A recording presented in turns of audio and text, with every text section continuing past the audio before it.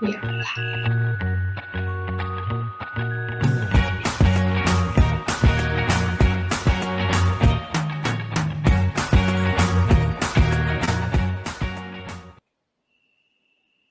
Welcome to PhD with Women on IT, Hack the Future. My name is Beata Young, and today's PhD Positivity Hack delivered will be by Kelly Hoey.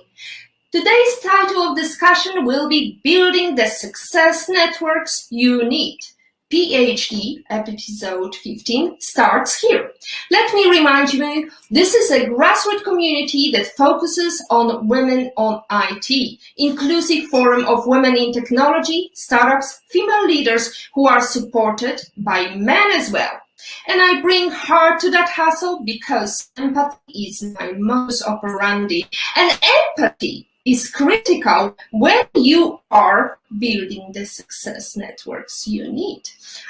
As I mentioned, Kelly Hoey is today's guest. She is a writer, investor, connector, and networking expert lauded everywhere from Forbes, one of 5 women changing the world of entrepreneurship, to Fast Company, 25 smartest women on Twitter. A columnist for Inc.com, she's appeared on CNBC's Power Pitch, and her clients include the New York Coca-Cola, PBS, L'Oreal, Capital One, and Duff. Kelly, I could go on with your bio, but I think it is lovely to see you, and I would like to focus on the topic of today's discussion. Where in the world are you today, Kelly? I'm in beautiful New York City. So good morning, good afternoon, good evening to everybody who's watching this from New York City. Fantastic to see you, and fantastic to see some of our audience. It is lovely to see some people joining us live, and I just would like to remind you that today's session is all about networking and community building. And as always, during our Positivity Hack delivered, community is at the heart of our organization, and we want you to succeed.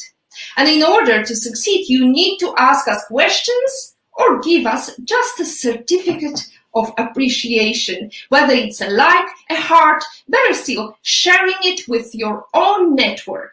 Any sign that you are alive and you're finding our session useful. Appreciate our esteemed guest, acknowledge our work, you owe it to our daughters, our sons, all the community of women on IT that hack the future. Kelly, so let's start with a basic question. Why do you need a network? What are the benefits and what is the purpose of building a network? I think when you unearth what you do in life, from landing a job, finding a house, I'm going to say your health, your fulfillment, you'll see behind it there is a network that has connected you to the answer, the resource, the tool, the opportunity that you're seeking. So the things you've done already in life and the things you will achieve in life, we get there with the help of other people. So it is not, and as I sort of mentioned when I said health, there's a lot of social science research that shows that networks are good for our mental health, our physical health, as much as they may be good for, adding some great jobs and experiences and opportunities to our resumes or CVs.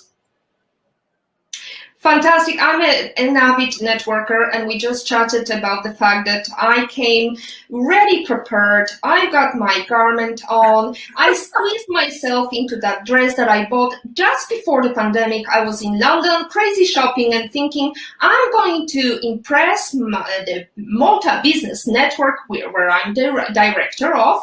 And, I've got to wear it today. I'm ready to network. So I'm going to ask you a critical question that it's on and on. Everybody is asking me how to network during a pandemic. Well, networking during a pandemic, in some ways, I don't think it's any different than pre-pandemic. So many people think when they need to get out and network, they think they need to, rush out and meet strangers and attend meetups and exchange business cards. or endlessly post on social media and tag people they don't know, or ask everybody when they're on a Zoom event or a conference or a webinar, put in the chat their LinkedIn profile and think everyone, hey, connect with me on LinkedIn. That believing somehow that is useful or worthwhile networking. I believe networking should start with who you already know. I believe it is a consistent and continual activity because the foundation of networking is trust. And whether you are building your network using technology or building your network by in real life, in-person interactions, you need to build trust. And trust is something that is built or reinforced by continual interactions. So on the basis of that, how do you network in a pandemic? You show up for your network every single day. You network consistently. You watch and you listen and learn to see where are the ways you can help your network. Can you give them a resource? Can you pass along some information? Can you give them a tip? Can you cheer them on? Can you share this video and this conversation? It might help somebody else out. That is all part of networking. And that's how you network in a pandemic. You work that muscle. You look at digital tools like you would, I want to say the physical rooms that we would network if we could, get out in the world more fully than we can right now. Context matters. I could go on and on and on this one, but showing up for your network every day, realizing you have a network and your network has networks, and using digital tools to listen and learn and to find the communities and the contacts that you're seeking. Oh my goodness, I got to make it a point of just taking quotations, and it's so full of quotations. Your network has networks. It's so powerful, and especially when I think about millennials, and you and I, we've been mentoring startups, and I can't stop but think about how impatient people are nowadays. They want instant gratification, instant connection. And as you say, it takes time. So how did you start building your network? Did you always have a successful strategy? No, I had some unsuccessful strategies, or, fell into some traps that, in my book and in my talks, that I try and help other people navigate so that they get the benefit of my hindsight and they get the benefit of what I do today, and they don't make the mistakes that I made. So the first thing that really shaped how I think about networking was way back in 1991, when I was a new grad out of law school, and I realized in the profession I was in, which as an attorney, that there was a fundamental tension between two things I needed to do to be successful. I needed to be a really good lawyer, which meant I needed to do a lot of work and bill a lot of hours and get a lot of experience. Those are activities that would keep me literally chained to my desk. But I also realized I needed to build relationships. So how do you do that? How do you build relationships when you're stuck at your desk? Well, you can have a better email signature line. You can have a better voicemail message. You can send a better voicemail. You can ask a client or a customer how they are before you jump into, the business deals or the pitch.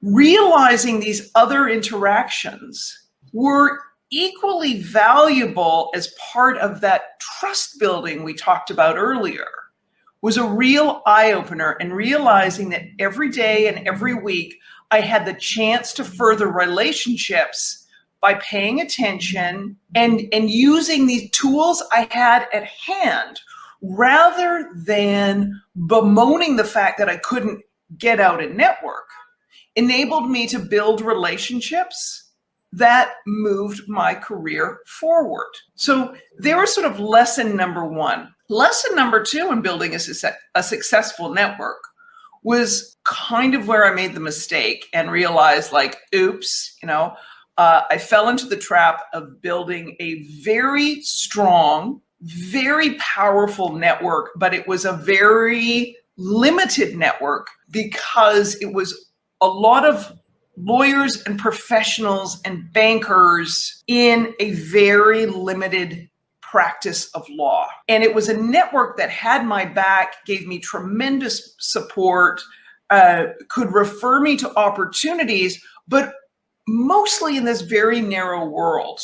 And it didn't allow me to see a bigger vision of what my career could be. And the process of building a network to expand my career horizons, that was kind of lesson number 2, that you need to ensure that your network has the full range of diversity in it so that you don't end up in an echo chamber or restricting your possibilities because you're only talking to and only engaging with the same type of industry professionals all the time. So those are kind of 2 really big lessons on networking. The third one is when you have the opportunity to be involved in networks, don't just sit back, all right? I would love to say, here's how you have all your success and opportunity in life presented to you on a silver platter. I am still waiting for the opportunities to be presented to me on a silver platter. You need to make yourself visible. So that's the third part of, in terms of the importance of networks.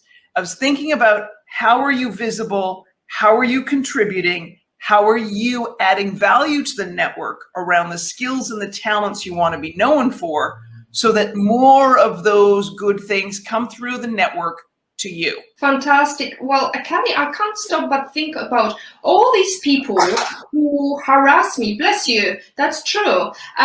All these people who harass me on LinkedIn, asking me to pick my brain or talk about the exciting product they have, and I actually never met them. The sole reason they wanted to connect with me was to sell. So what would be the message from you to these people? How can they interact before they just do hard sell on you? You know what? And I was just laughing when you said, bless you. No, it was my other laptop falling on the ground because funny, with all the things we did for preparing for today, did I forget to plug in my computer? Yes, I did. And it was just telling me that we were going to run out of power. And I'm like, this is not good. Not in the middle of this fabulous conversation. We are not losing battery life. Thank you very much. But we're all reconnected now. So there we go. Listen, this is where networking gets a bad name. And I think this is where sales gets a bad name because the best salespeople know that selling is relationship building.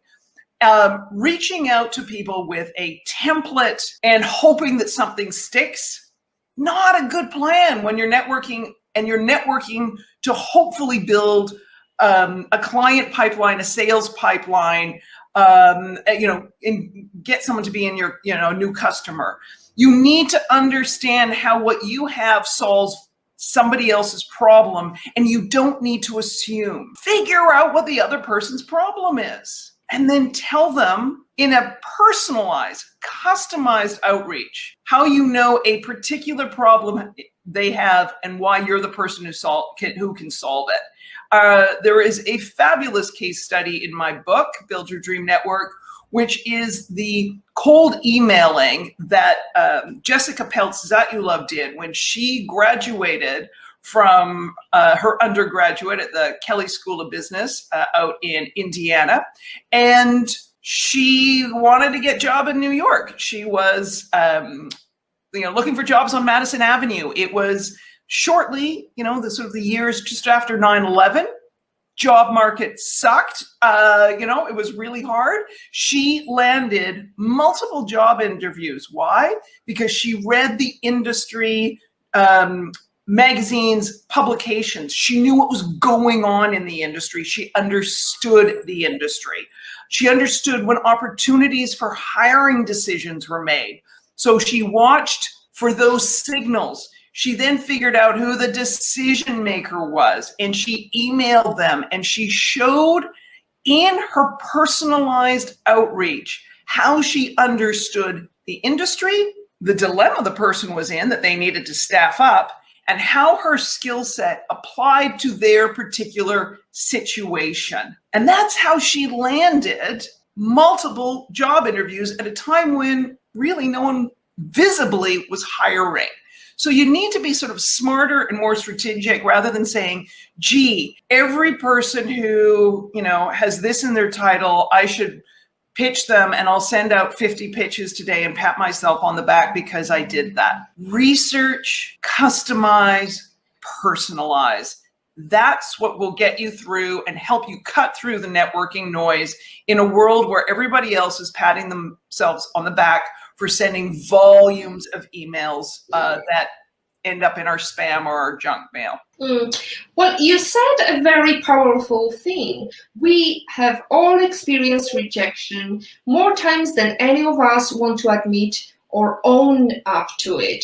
Today is our day to network that universal experience, rejection. Sorry, Charlie Day is a day to raise a glass, fist or finger to all the times we've been kicked to the curb, spent, and yet somehow survived it.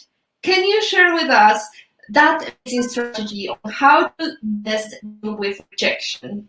I had amazing opportunity to speak with and interview Liza Donnelly. She is our cartoonist for The New Yorker. She has been contributing to The New Yorker and submitting, more importantly, to The New Yorker for probably 30 years or more.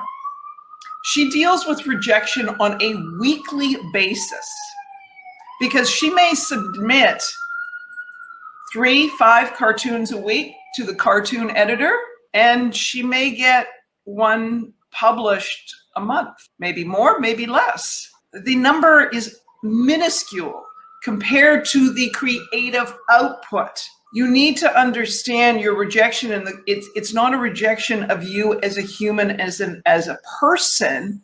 It's a rejection in terms of, all right, maybe you weren't the right fit. Maybe someone wasn't getting your message. Maybe there could have been something you could have crafted better, but it doesn't make you, an inadequate or bad person. So contextualize the rejection. Make sure you've got people you can, work through your rejection with, because it is frustrating and disappointing to get rejected. So have good friends who you can call up and say, well, it happened again. I got rejected and I'm disappointed. And they're there to hear you. And then guess what? Pick yourself up, move on, get on to the next thing, because wallowing in that rejection is not necessarily going to change the outcome. But I will also share with you and make sure you have for your post that episode of the podcast with Liza, because it is extraordinary. And she does an amazing job of sort of talking about how to work through rejection. And just so you know, scientists studying rejection, the same part of our brain is activated when we're rejected as if you received trauma to your organs. So that, when you get rejected and it feels like a punch in the gut, guess what? To your brain, it's the same thing. So you're not crazy. If you are feeling that physical pain, it is real. But, have that network, have a community that you can work through that pain with. Well, that reminds me another survey. There is another research that actually shows that for one no, we have to hear 8 positive messages to counterbalance that no, and to believe in ourselves, be back to the scratch. But I would actually go back to a couple of weeks ago. Actually, it was 31st of March. We had an amazing lineup of speakers, and Michelle Jalanze was one of the speakers. She's an entrepreneur from Malta at the moment. She's a painter, so there is a common ground for a painter, a graphic how would you say, a drawer. And she actually said, I've got my blinkers on and I just keep going. So that's another strategy for you, ladies and gentlemen. So I would like to segue back to your book, Building Your Dream Network, Forging Powerful Connected World. It has garnered great reviews, including Craig Newmark, founder of Craigslist, and the foreword is written by Tom Peters, one of the best-selling business authors of all time. How did you manage to make these connections? Well, this is true. Like writing a book on networking, I couldn't reach out to people I don't know.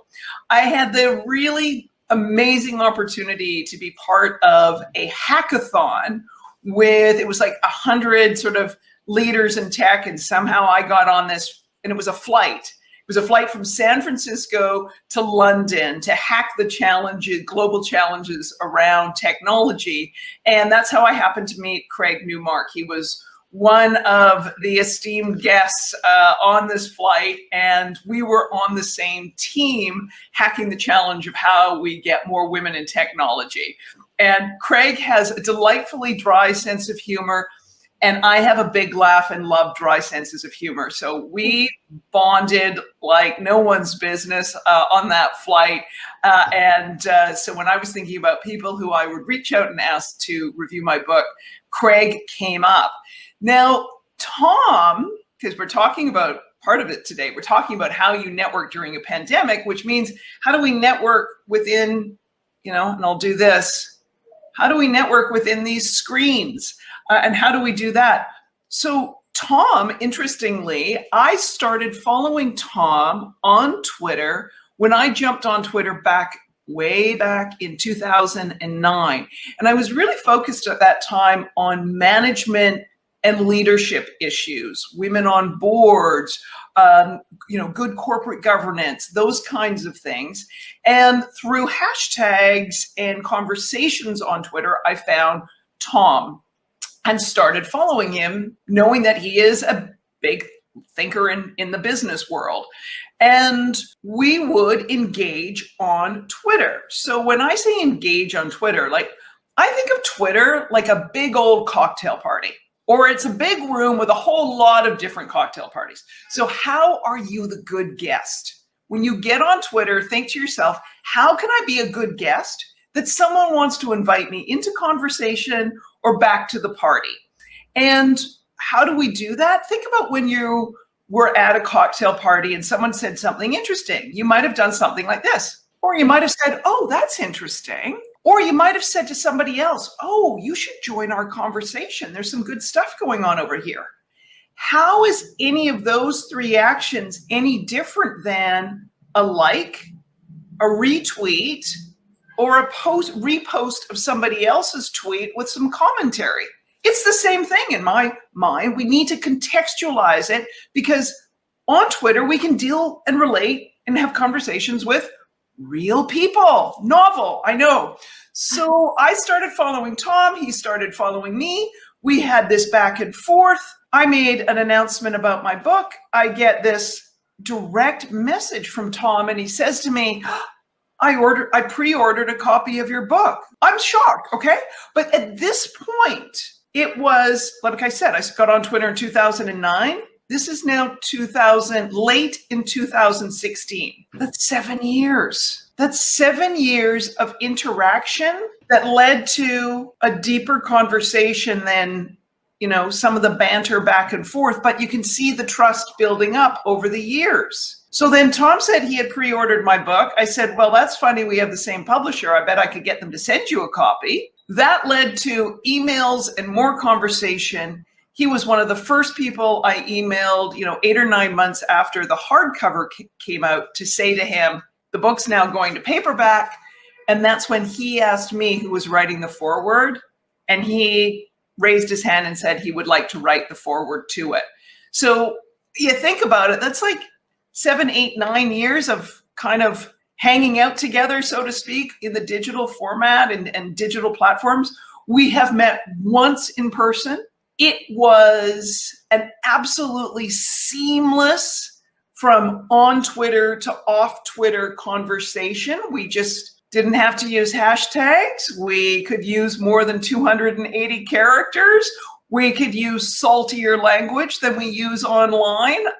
We didn't have to worry about anyone else barging into the conversation. So it was magical and extraordinary. And now, what, 11, 12 years later, I can say I have a mentor, a friend, and a champion in Tom Peters. And I really encourage people to think about using social media this way, because before social media, before digital platforms, where would have I had the chance to meet someone like Tom and have him become a friend and a mentor and a champion of mine? Kind of hard. I wasn't traveling in the same circles. I would have had to chase him at a book signing like some sort of, I don't know, crazy person that security would have dragged out of the room. But instead, we built up trust over all these years, and that's been valuable for me, and I'd like to think valuable for him. So, you know, there's how those two things came about, and hopefully that provides some networking insights, some patience, and some kindness and empathy. I'm going to use your word from the start of this conversation, empathy. Yes, is my mojo. So, I can't stop but remember the time that I was preparing myself for first ever web summit, and I was overwhelmed with numbers, and they actually organized a nifty, very interesting topic to talk about and to just brief us before we came. I was invited as one of Women in Technology in 2014, and they talked about how to make introductions. And it was amazing because they talked not only about the fact that you have to build trust, as you said, but also think how you can stand out from all the crowd. Think about how you can pitch something in that 30-second span rather than talk about, oh my God, what are you passionate about? Oh, I'm passionate about sports. I'm passionate about energy saving. I'm passionate about. So it's all about what is the most important thing that you do that you want to carry around or make the person you're speaking to resonate with you. And hallelujah, sister, well done with that forward. I really admire that. So another amazing, yeah. Can we pick up on something you said? Because so many people use like a 30-second elevator pitch when they meet someone. And for me, that is sort of like a waterfall of a whole bunch of words at me that I stand back afterwards and think, okay, I've just had a lot of stuff tossed at me, and this is, you know, it almost feels like, you know, the expression, you know, throwing spaghetti against the wall and hoping something sticks. What I recommend to people is when you're crafting that 30-second sort of introduction or elevator pitch, think about 6, 7, 8 words that you start the conversation with, and then insert a pause.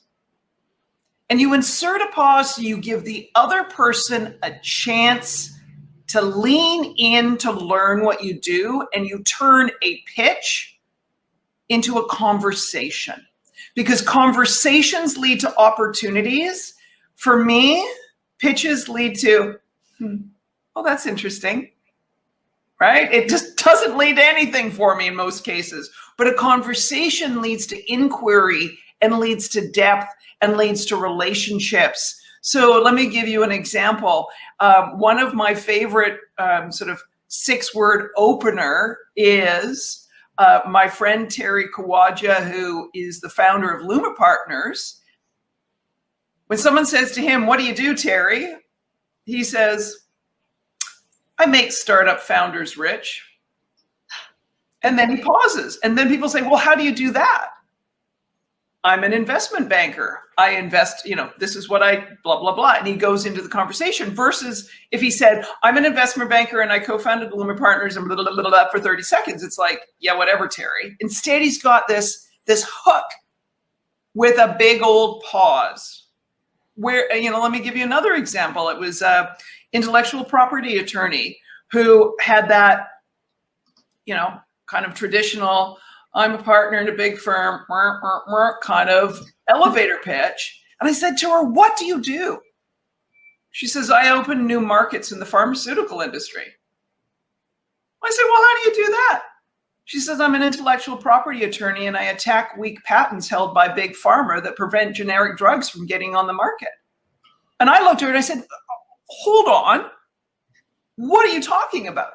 Now we had a dialogue as opposed to just a bunch of words thrown at me that I would have nodded and said, oh, that sounds interesting.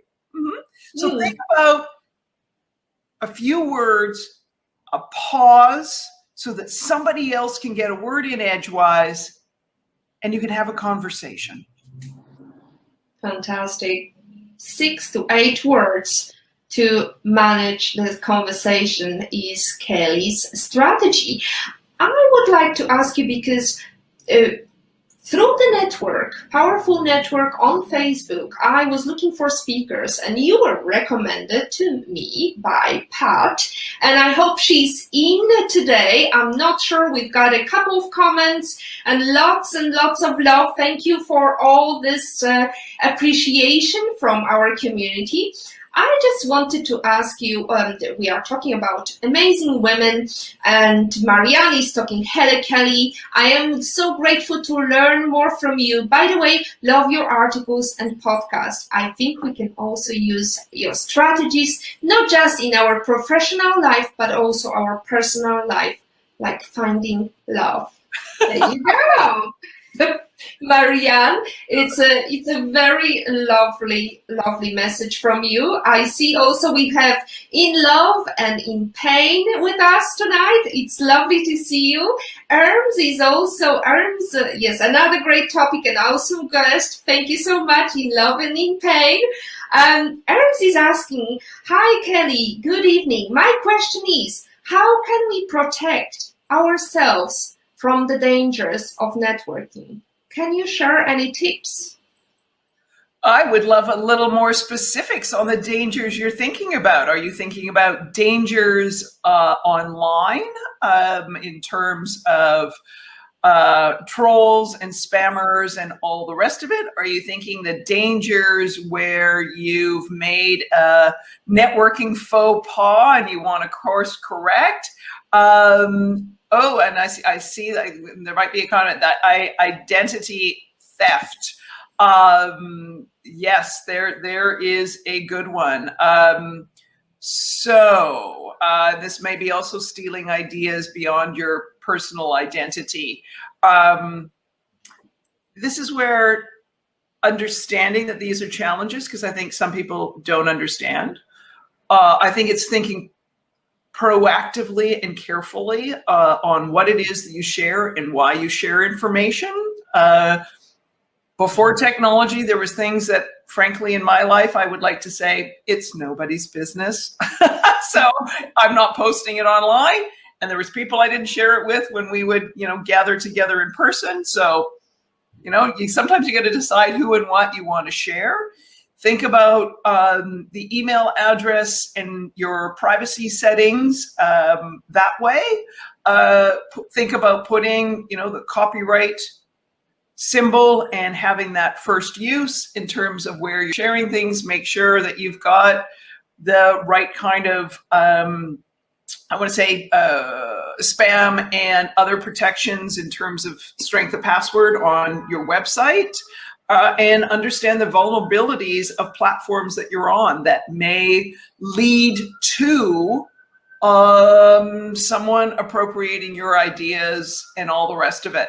I know in the past when I have seen friends, it was particularly one I'm thinking of that was on Instagram, she notified her network and said, someone is impersonating me.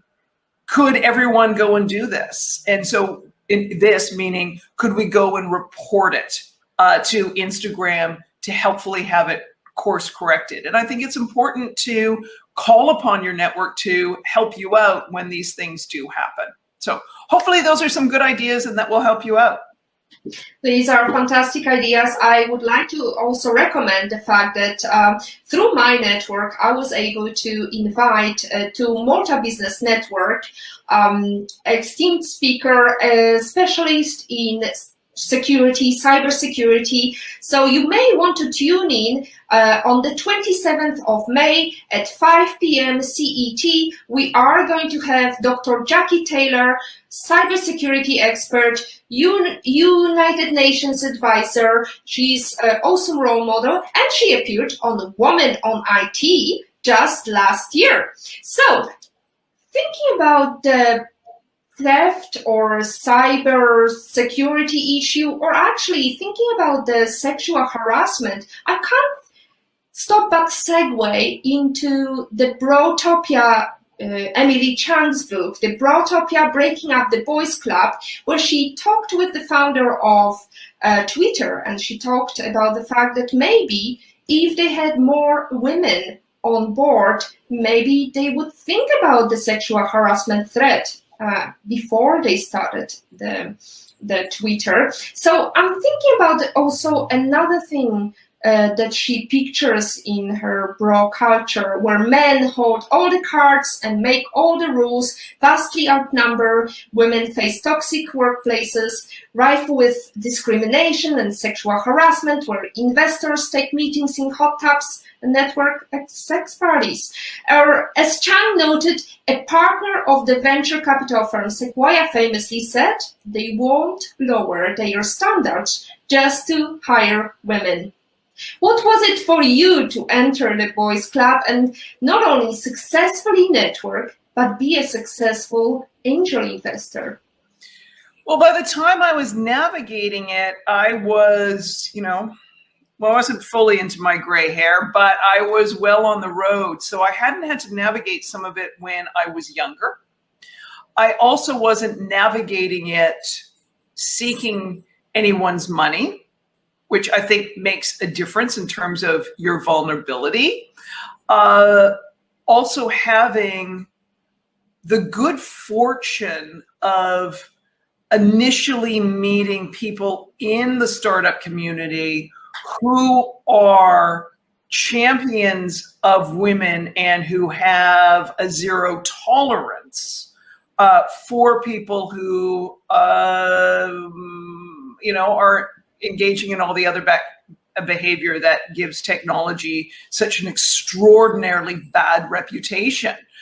So I think there was a lot of that involved. I should, give a shout out to Ed Zimmerman, Lowenstein Sandler in New York. I got to give a massive, massive shout out again to Terry Kawaja at Luma Partners, and I have to give a biggest shout out to Chris Freilich and Rob Hayes at First Round, because those were some of the first men in tech who I met. And these are people who, they don't engage in that behavior. They don't surround themselves with that behavior.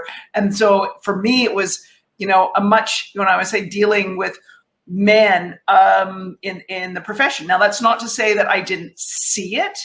It didn't, if I didn't hear the comments, it's not like things weren't presented to me, but I was like, I got another community who is very powerful and I can rely on them. So you who are engaging in this other behavior, you can talk to my hand, because, you might be coming to me asking me to write a check, or you might be coming to me to ask for my network, and it ain't coming to you if you're behaving in that kind of way. So, I think that's part of the reason when some of my experiences have been different than if I had started in technology, right out of school. The other thing to see is, my first career as a lawyer and then dealing with the investment world in terms of investment bankers and Wall Street and bankers in that world, the corporate world, I've pretty much seen it all at the point where I got involved in technology. I tell a story about, going to court in Toronto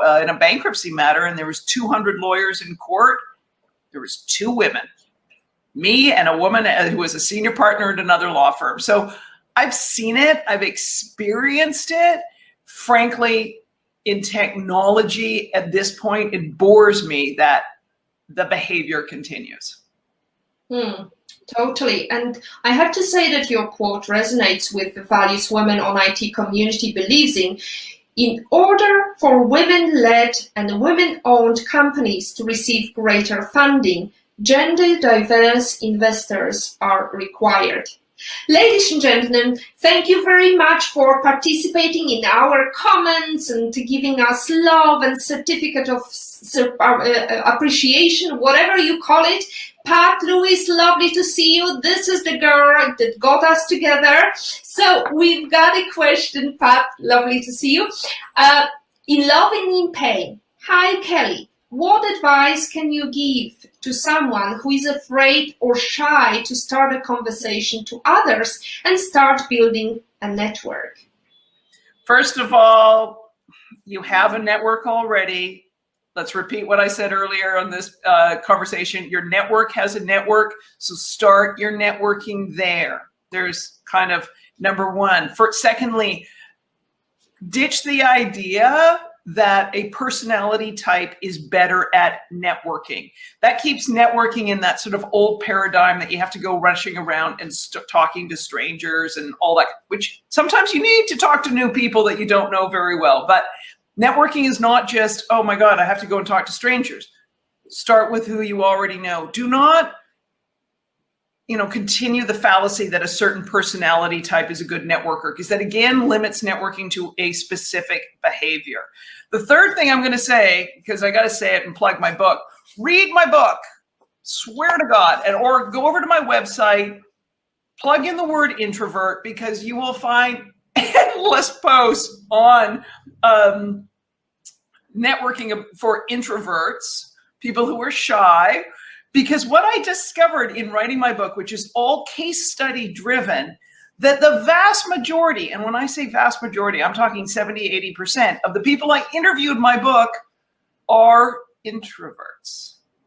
People who are more deliberate, considerate, focused, attentive to what is going on in somebody else's life, curious, listening.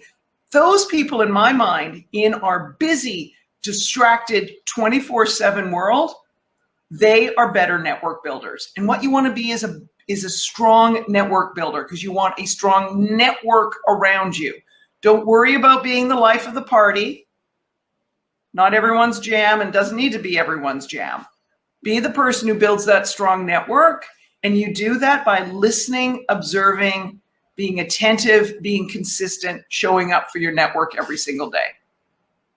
Fantastic. Pat, Louis, so glad you were able to have Kelly on. I'm glad as well. Well, we are all glad. We've got so many comments coming in. I'm just like feeling the network, the buzz of the networking and building a successful community. And this is what we are doing right now. Thank you so much in Love and in Pain. We've got less than 15 minutes left. We better get moving. So the question I would like to ask you, is there a different approach for women who just came back from maternity leave? Because we talked about how to start, where introverts have it better. I mean, we are still in the bias world where people are thinking, well, she's just going to talk about diapers, right?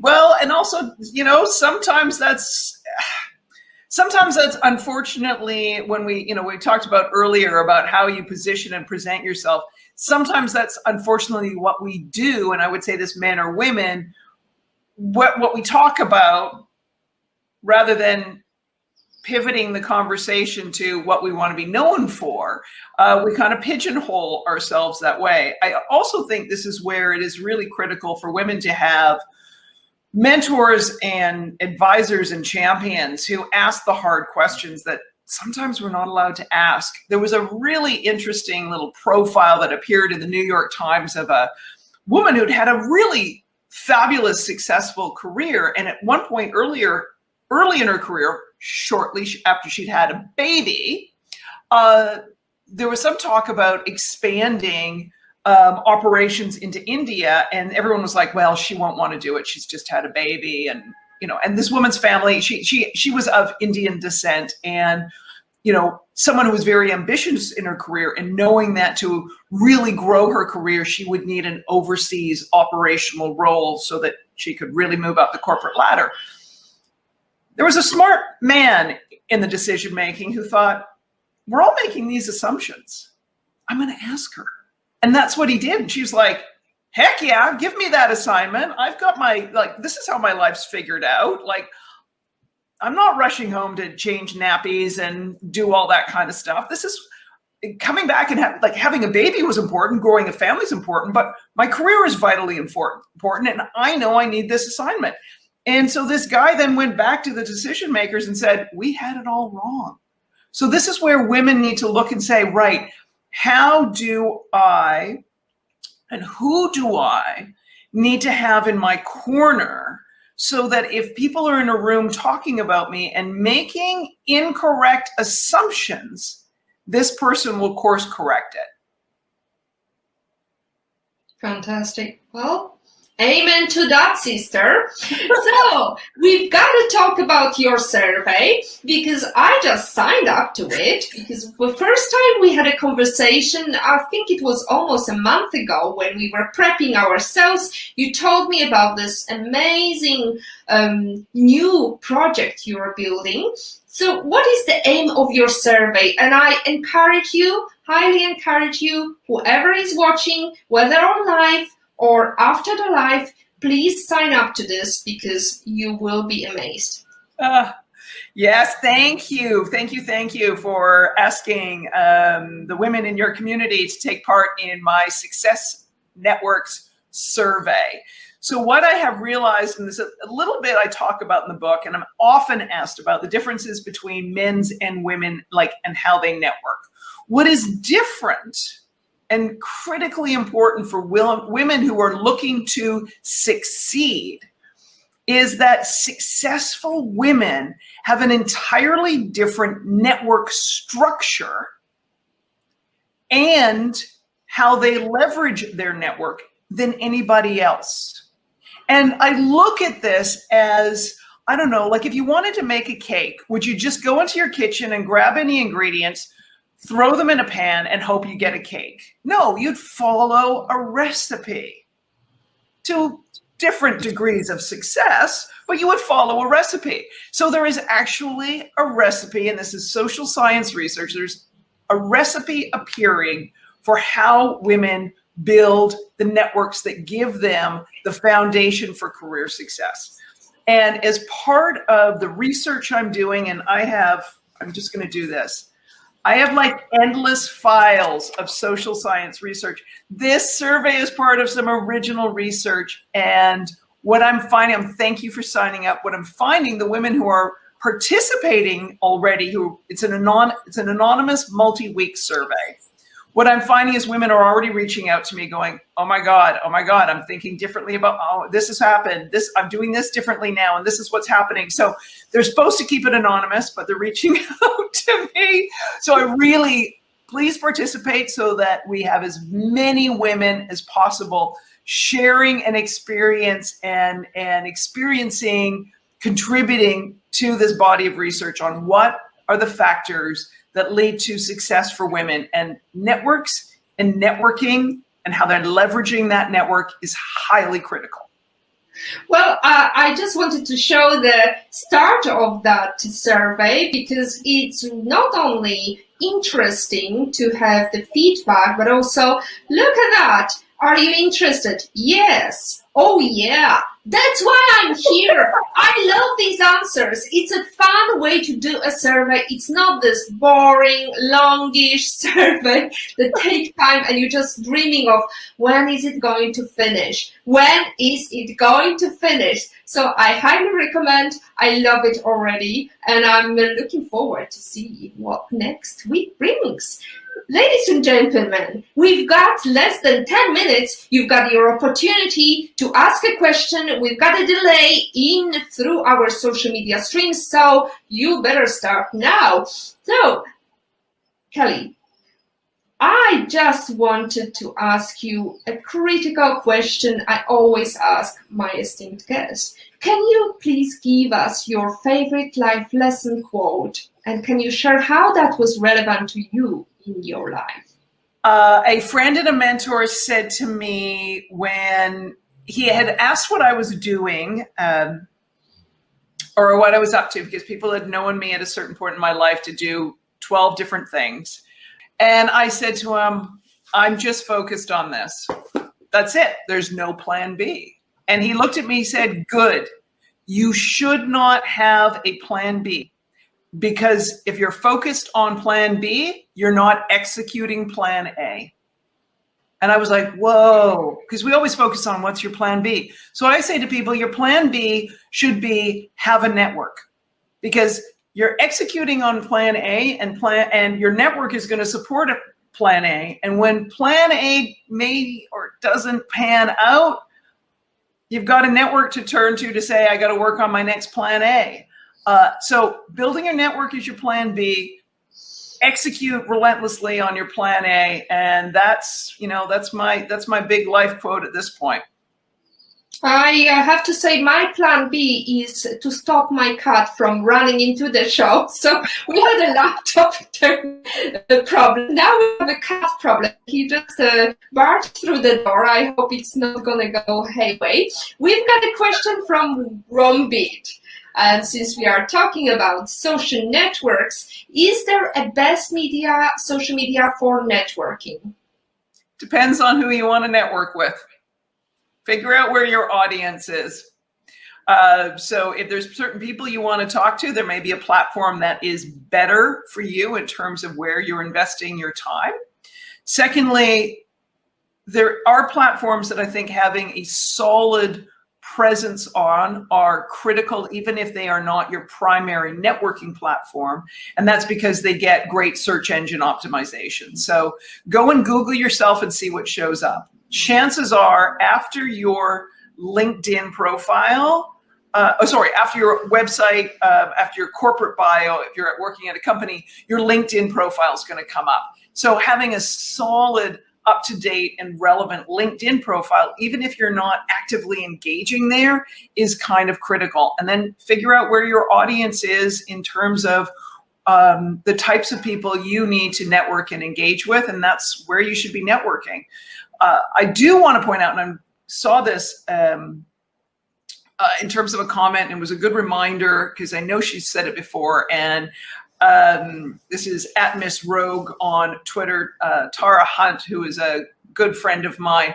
And if you're building your business on somebody, like a third-party platform, Facebook, LinkedIn, Twitter, Medium, you name it, they can change the rules on you and you don't control anything about it. So I think there is an element of the need to have a presence and engage and find people, but you got to also have your home platform for people to come back to. So this is something else to keep that in mind.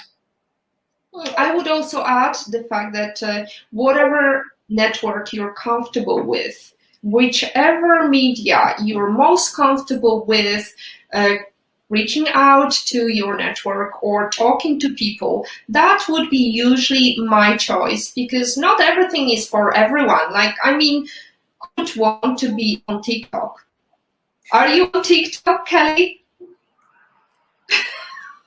At some point, when someone would say, hey, Kelly, you should, and I'm like, there's only so many hours in the day. I think the best networks are the ones where you invest your time. But you also need to look at where are the people you want to connect with? And you may say, my product, my service is for this age demographic. And then you're like, well, that means I need to be on TikTok, or that means I need to spend more time on LinkedIn. Or you need to be aware of the opportunities that you may not be able to pursue because you choose not to do that. I also think it's worthwhile to look and say, am I networking with the same people all the time? And then you're just in an echo chamber. And that, as I've talked about earlier in our conversation, that can be dangerous as well. Fantastic. Well, it's time for our viewers' favorite question now, Kelly. Imagine the pandemic is over and you can invite to breakfast any person in the world. Who would you love to have private breakfast with and why? And which place would you choose? I thought I was going to struggle with this question, but it's super easy. There's two people I would like to have breakfast with. They are my youngest godchildren. And it is easy where it would be, because it would also mean that the world had truly opened up in terms of our ability to move around. They live in Australia. So on a beach in Perth, Australia, is where this godmother would like to be having breakfast with anyone in the world, because it would be my two godchildren, my two youngest godchildren. Fantastic. And they're going to teach you a lesson how to be on TikTok. No, they're too young for that, thank God. TikTok will be over by the time they reach their teens, right? That's right. I'll be lying on the beach talking to their mother, and the two of them will be in the water, and it'll be bliss. But it just means, guess what? Our world has opened up and moving around again. And I'm like, yeah. Fantastic. That would be nice. It would be a dream. Well, it's also a very humble dream, I would say, because it seemed just 2 years ago it was just so down to earth, just going to Australia, or you just pick a ticket you want. And I know that you've got a couple of points accumulated on your loyalty card, so you would just use these and go wherever you want, right? Right. And I think the lessons that we've learned really in this past 12, 15, 18 months of what's important to us.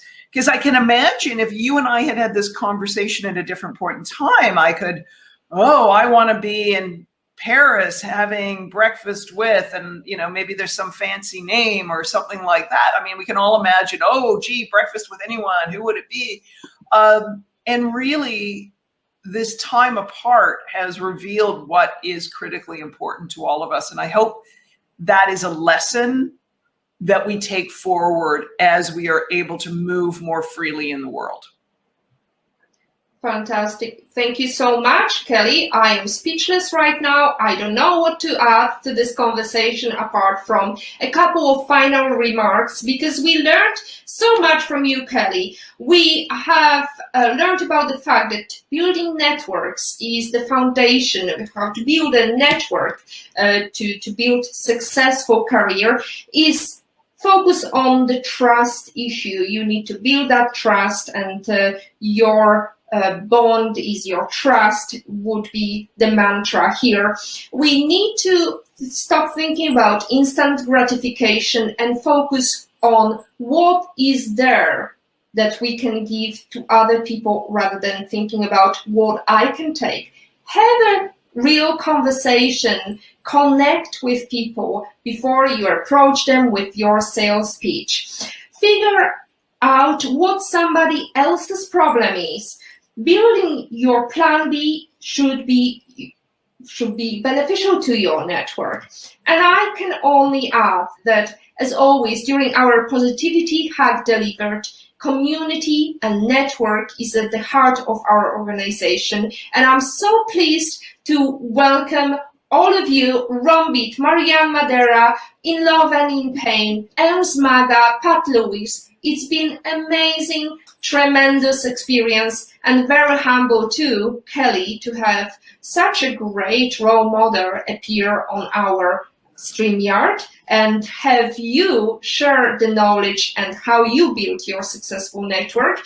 Kelly, what's the next plan? What is the big project you're working on? You showed us your notebook.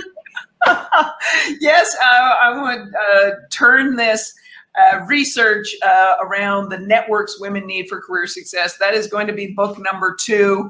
And that's my big focus right now. Yeah, I'm going to say one thing at a time. Absolutely. I would be happy to be your little bunny to test me. So you go for it.